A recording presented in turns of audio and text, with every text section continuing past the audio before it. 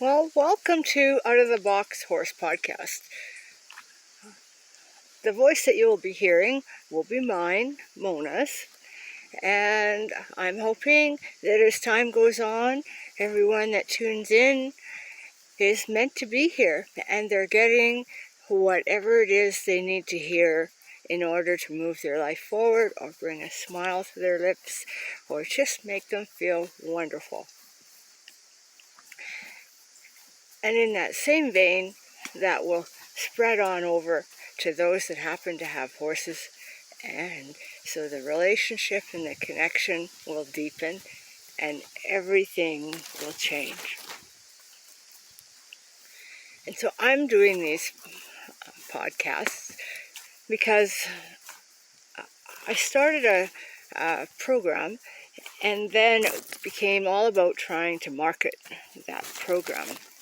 And I discovered that all of those mythologies that I was being shown and taught felt fake, and it felt like I was trying to get somebody to do something, and that is just so not me. And so one lucky day for me, I had a friend come to visit, and lo and behold, with his help, this podcast was born. And I learned some technology and techniques that I never knew existed.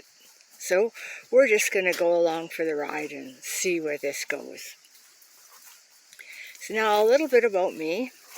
I have 2 brain injuries. The first one was what they like to call a moderate traumatic brain injury. And in that one, there was probably a 2-year window where speaking was extremely difficult, and being mobile was not that simple. and so long road to try to recover, only to discover that I wasn't recovering as fast as I wanted. And I was probably like most, I wanted to get back to who I was, because that's who I knew, and that never happened. While there's some things that remain the same, there's an awful lot that was very different. And of course, you don't know that person. And so you're making choices and decisions based on the person that you did know. So that makes all those choices and decisions wrong for the person who you now are. And so it's just like, if you're a fly on the wall, a calamity of errors and self-discovery and self-growth.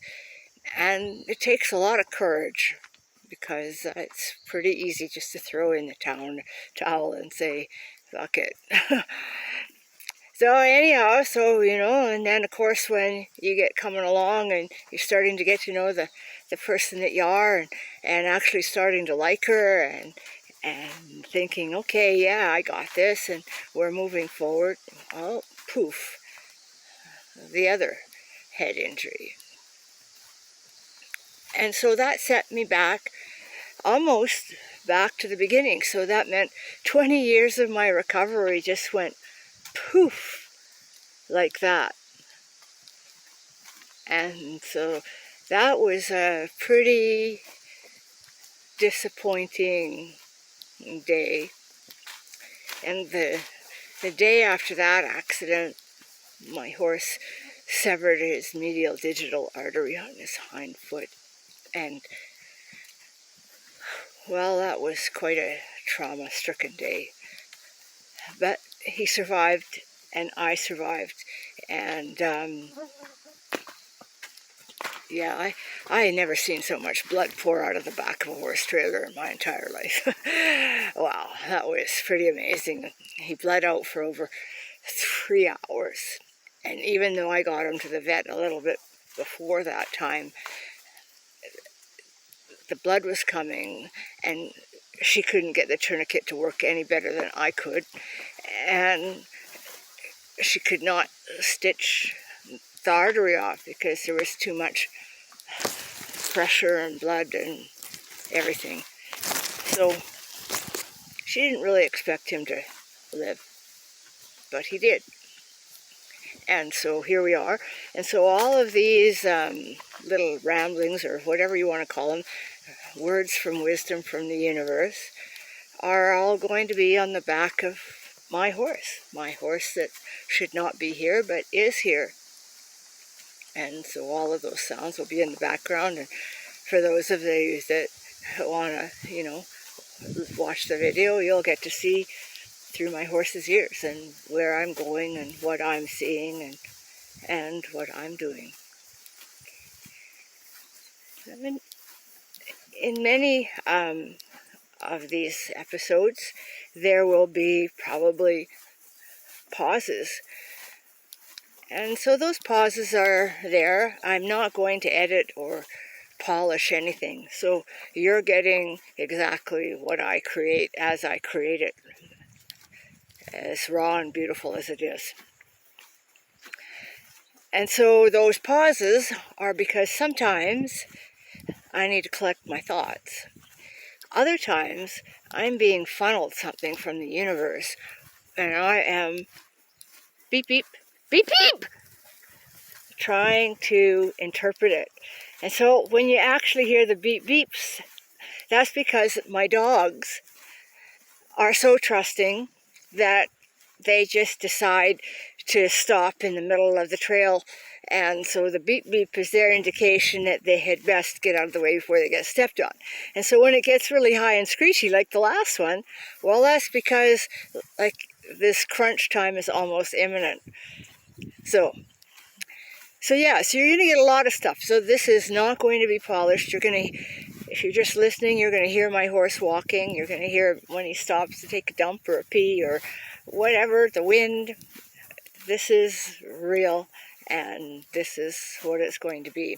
And so today, the topic that came to mind that I really wanted to talk about was labels. And so as a human race, we tend to want to label everything because that's how we decide what it is. So, if somebody's too fast or they're too slow, too smart, too dumb, it doesn't matter. We have to put some sort of descriptor label on it. But today the labels I want to talk about are sensitive. And so sometimes people get called sensitive because they are highly emotional. Sometimes they get called sensitive because they have trouble dealing with the environment in which they are in. And so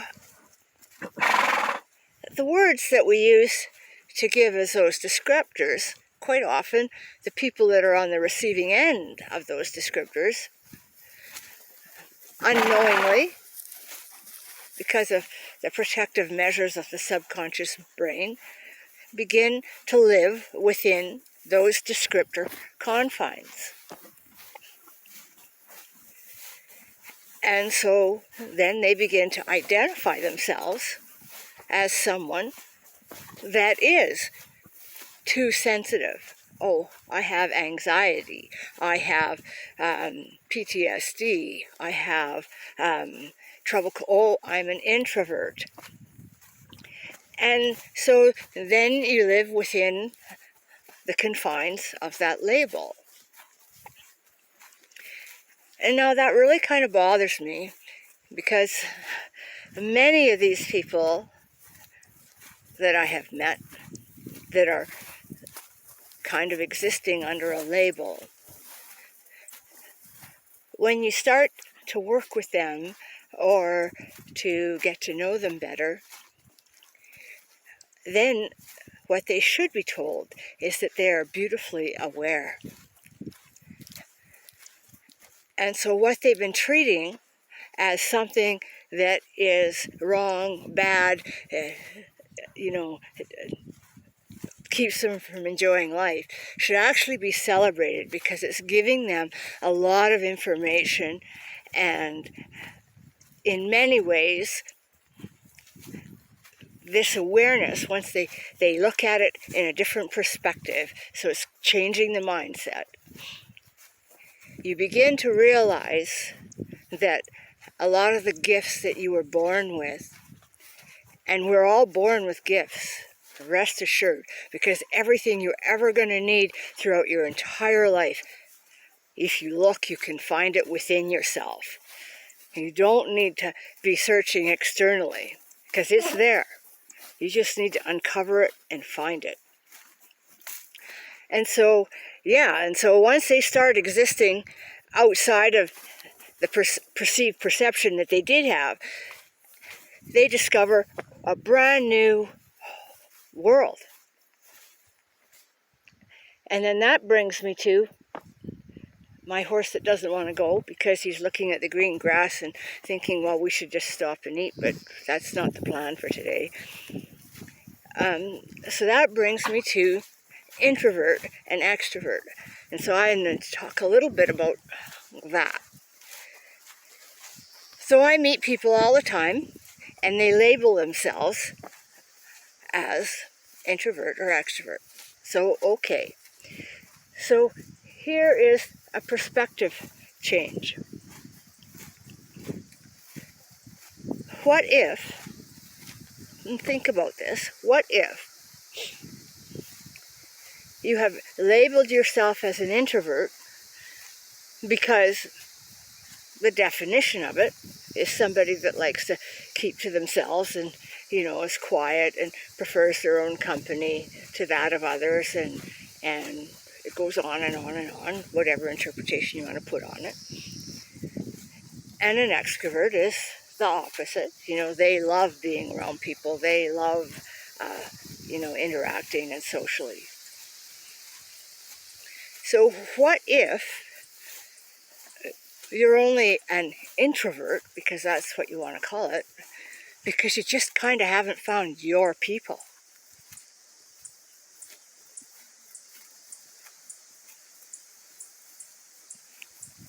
Now think about that. Because all of the most reclusive, introverted people I have ever met in my lifetime, when they're around their kind of people, they're lit up like a Roman candle. You would never know that they were an introvert, because everything that you would see in all of the moments that you're there, they're behaving as though they're extroverts. And so now, where does this really tie into horses? Well, let's think about that. So, horses as well will live up to whatever label we're going to give them. Why? Because once we have a perception, that's all we can see. And then everything about our behavior and what we're doing aligns, whether we realize it or not, with our perception. And so it changes everything. And so if we want to address something, the first place we need to start to look is within ourselves and thinking about our perception. And it's not about deciding if it's right or wrong, but let's think about our perception and think outside that box and go, oh, well, what happened if I consider it like this? Or like that? And there are no rule books. So my parting words for today are,